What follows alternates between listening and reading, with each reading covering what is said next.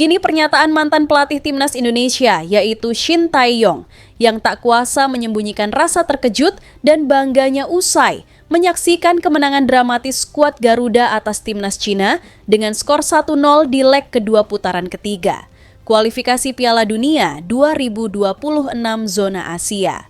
Kemenangan ini menjadi lebih istimewa karena berhasil membawa timnas Indonesia menembus putaran ketiga kualifikasi untuk pertama kalinya dalam sejarah. Shin Tae-yong yang sebelumnya menjadi arsitek kebangkitan timnas Indonesia sejak tahun 2020 dan sukses membawa skuad Garuda melaju ke putaran ketiga sebelum hengkang, menyebut bahwa performa anak-anak asuhan Patrick Kluivert di laga tersebut benar-benar luar biasa dan jauh melebihi ekspektasinya. Terus terang, saya sangat terkejut melihat permainan timnas Indonesia malam ini. Mereka bermain dengan penuh disiplin, berani, dan penuh determinasi. Ini bukan hanya tentang skor akhir, tapi soal bagaimana mereka mengendalikan pertandingan dan menunjukkan kualitas yang luar biasa. Saya sangat bangga, ujar Shin Tae-yong kepada media Korea Selatan sesaat setelah laga usai. Shin Tae-yong mengaku, meskipun kini ia tak lagi menjabat sebagai pelatih kepala timnas Indonesia, rasa cintanya terhadap skuad Merah Putih tetap membara. Kemenangan ini bahkan terasa personal baginya karena di pertemuan leg pertama saat dirinya masih memimpin, Indonesia harus mengakui keunggulan Cina dengan skor 2-1. Ketika kami kalah dari Cina di leg pertama dulu, saya tahu pemain kita punya potensi untuk membalas. Dan malam ini mereka membuktikan hal itu. Membalas kekalahan dengan kemenangan di momen krusial seperti ini adalah hal yang luar biasa. Salah satu hal yang paling disoroti oleh Shin Tae-yong adalah kokohnya lini belakang timnas Indonesia. Menurutnya, kombinasi bek tengah Jay Itzes, Rizky Ridho, dan Justin Hubner tampil sangat solid dan cerdas dalam meredam tekanan dari para penyerang China. Saya benar-benar kagum dengan Jay Itzes, Rizky Ridho, dan Justin Hubner. Mereka bermain dengan ketenangan dan disiplin yang tinggi. Cina punya lini depan yang cepat dan agresif, tapi mereka berhasil mengatasi semuanya. Itu luar biasa. Tak lupa, pujian juga dilontarkan kepada kiper naturalisasi anyar Emil Audero. Penjaga gawang yang kini memperkuat klub Serie A itu tampil gemilang dengan beberapa penyelamatan krusial yang menjaga asa Indonesia tetap hidup di sepanjang pertandingan. Emil Audero adalah tembok kokoh malam ini. Ada satu momen ketika tembakan keras dari striker Cina hampir masuk, tapi dia terbang menyelamatkan bola. Penyelamatan itu bagi saya adalah momen krusial dari pertandingan.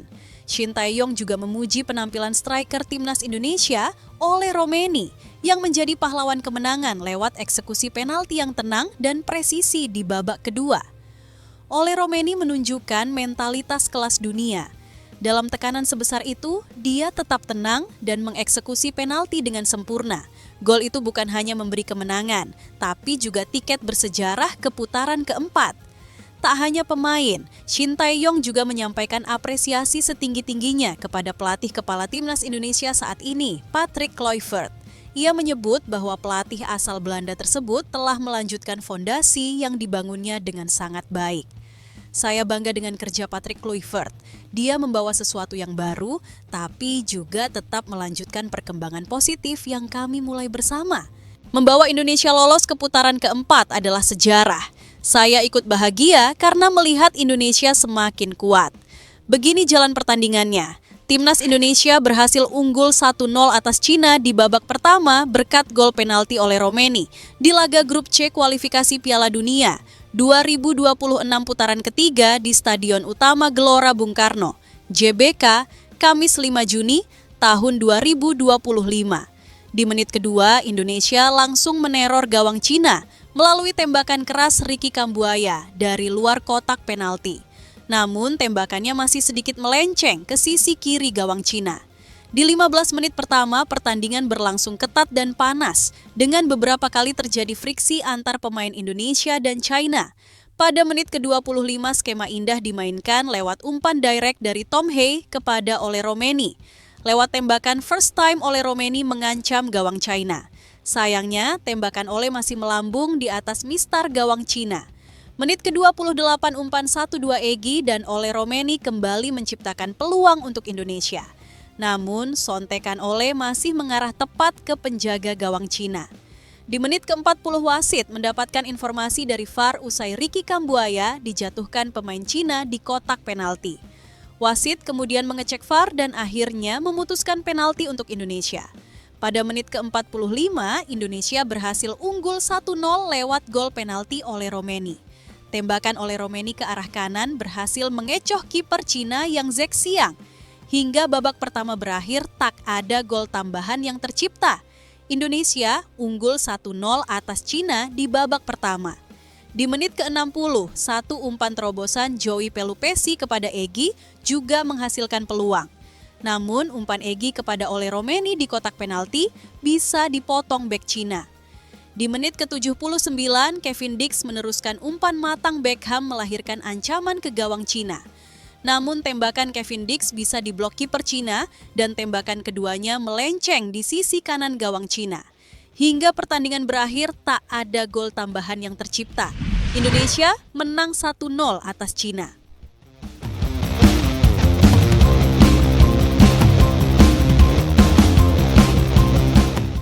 Berita kedua. Begini pernyataan kiper naturalisasi baru Timnas Indonesia, yaitu Emil Audero usai menjalani debut pertamanya di laga Timnas Indonesia versus Cina di leg kedua babak kualifikasi Piala Dunia tahun 2026. Malam di Stadion Gelora Bung Karno berubah menjadi lautan merah putih. Lagu kebangsaan Indonesia Raya menggema, disambut sorak-sorai puluhan ribu pendukung yang meneriakkan nama-nama para pahlawan lapangan hijau. Di tengah kegaduhan yang megah itu, berdiri seorang debutan di bawah Mister Gawang, Emil Audero Mulyadi. Kiper anyar Timnas Indonesia yang baru saja menyatakan kesetiaannya kepada Garuda itu membuat debut penuh sejarah dalam leg kedua babak kualifikasi Piala Dunia 2026 melawan tim kuat asal Asia Timur, Cina. Namun, bukan hanya hasil akhir yang membekas dalam ingatannya, melainkan atmosfer luar biasa yang menyambutnya di Jakarta. Saya harus jujur, saya benar-benar terkejut. Saya sudah bermain di stadion-stadion besar Eropa, saya pernah merasakan atmosfer di Serie A. Tapi, apa yang saya alami malam ini di GBK sungguh berbeda dan mengguncang hati saya. Emil Audero mengaku merinding sepanjang pertandingan, bukan karena tekanan, tapi karena dukungan tiada henti dari para pendukung merah putih yang memadati Stadion Kebanggaan Indonesia itu. Bahkan sebelum peluit pertama dibunyikan, ia mengaku sudah mulai merasa jatuh cinta pada semangat bangsa ini. Mereka tidak berhenti menyanyikan lagu, meneriakkan nama kami, memberi semangat. Saya belum pernah merasakan koneksi seperti ini sebelumnya. Malam ini bukan hanya tentang sepak bola, ini adalah tentang bangsa, tentang kebanggaan, tentang hati, ujar Emil dengan nada yang penuh emosi. Mata Emil Audero sempat berkaca-kaca ketika lagu Indonesia Pusaka dikumandangkan oleh puluhan ribu fans di babak kedua. Itu momen paling emosional dalam karier saya. Laga ini menjadi babak baru dalam hidup Emil Audero. Setelah resmi dinaturalisasi dan memenuhi syarat FIFA, Emil Audero akhirnya mengenakan jersey merah putih untuk pertama kalinya. Tak butuh waktu lama baginya untuk menyatu dengan tim dan dengan rakyat Indonesia. Saya merasa bangga luar biasa bisa bermain di GBK. Ini bukan stadion biasa, ini kuil sepak bola Indonesia. Saya tidak akan pernah melupakan debut saya malam ini. Saya tahu saya mengambil keputusan yang benar saat memilih Indonesia. Tak hanya memuji atmosfer dan supporter, Emil juga memberikan penghormatan setinggi-tingginya kepada rekan-rekannya, terutama 3 bek yang tampil luar biasa di laga kontra Cina, Jay Itzes, Mace Hilgers, dan Rizky Ridho. Saya berdiri di belakang mereka dan saya merasa sangat tenang. Mereka luar biasa. Jay sangat tenang dalam duel. Mace sangat cerdas dalam membaca pergerakan lawan, dan Ridho punya semangat juang yang tidak pernah padam. Mereka membuat saya nyaman. Mereka membuat saya percaya pertahanan Timnas Indonesia dalam laga itu memang layak diacungi jempol. Meski berhadapan dengan lini serang Cina yang cepat dan agresif, Garuda mampu menahan gempuran dan tak sekalipun membiarkan bola melewati Audero. Saya tak banyak melakukan penyelamatan karena mereka, Itzes, Hilgers, Ridho, sudah memotong semua potensi ancaman lebih awal. Ini salah satu lini belakang terbaik yang pernah saya mainkan. Selain pujian kepada rekan setim, Emil juga menyampaikan apresiasi tinggi kepada pelatih kepala Patrick Kluivert dan asistennya Alex Pastor yang dinilainya telah mempersiapkan taktik secara matang untuk meredam permainan Cina. Kami bekerja keras dalam latihan, mempelajari permainan lawan, menyusun blok pertahanan, transisi, dan pressing. Coach Patrick dan Coach Alex memberikan rencana yang sangat jelas dan detail. Kami tahu apa yang harus dilakukan di setiap situasi. Itulah yang membuat kami solid. Kombinasi antara pengalaman Kluivert di Eropa dan pemahaman Pastor terhadap sepak bola Asia memberi warna baru bagi timnas Indonesia. Di sisi lain, pelatih timnas Indonesia yaitu Patrick Kluivert juga memberikan pernyataan mengejutkan tentang laga timnas Indonesia versus Cina. Pelatih timnas Indonesia, Patrick Kluivert, bicara tentang kekuatan timnas Cina. Timnas Indonesia akan menantang Cina pada lanjutan putaran ketiga kualifikasi Piala Dunia 2026 zona Asia. Patrick Kluivert menjelaskan, Cina bukan tim yang bisa dipandang sebelah mata.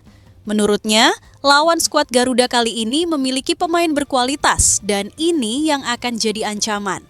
Kecepatan tim Dragons akan jadi kekuatan utama yang harus mereka waspadai. Tim nasional Cina adalah tim dengan banyak kualitas, memainkan sistem yang bagus. Saya pikir mereka sangat vertikal. Saya pikir tim ini juga cukup energik, benar-benar mencoba untuk menekan ruang-ruang kecil, memiliki tekanan yang baik. Pelatih berusia 48 tahun ini melanjutkan bahwa skuad Garuda harus fokus selama pertandingan. Selain itu, mereka tidak boleh memandang remeh tim lawan karena ini bisa berbahaya. Ini yang harus ditekankan kepada semua pemain karena kemenangan sangat krusial di laga malam nanti. Jadi, kami harus waspada. Kami harus 100% fokus pada permainan.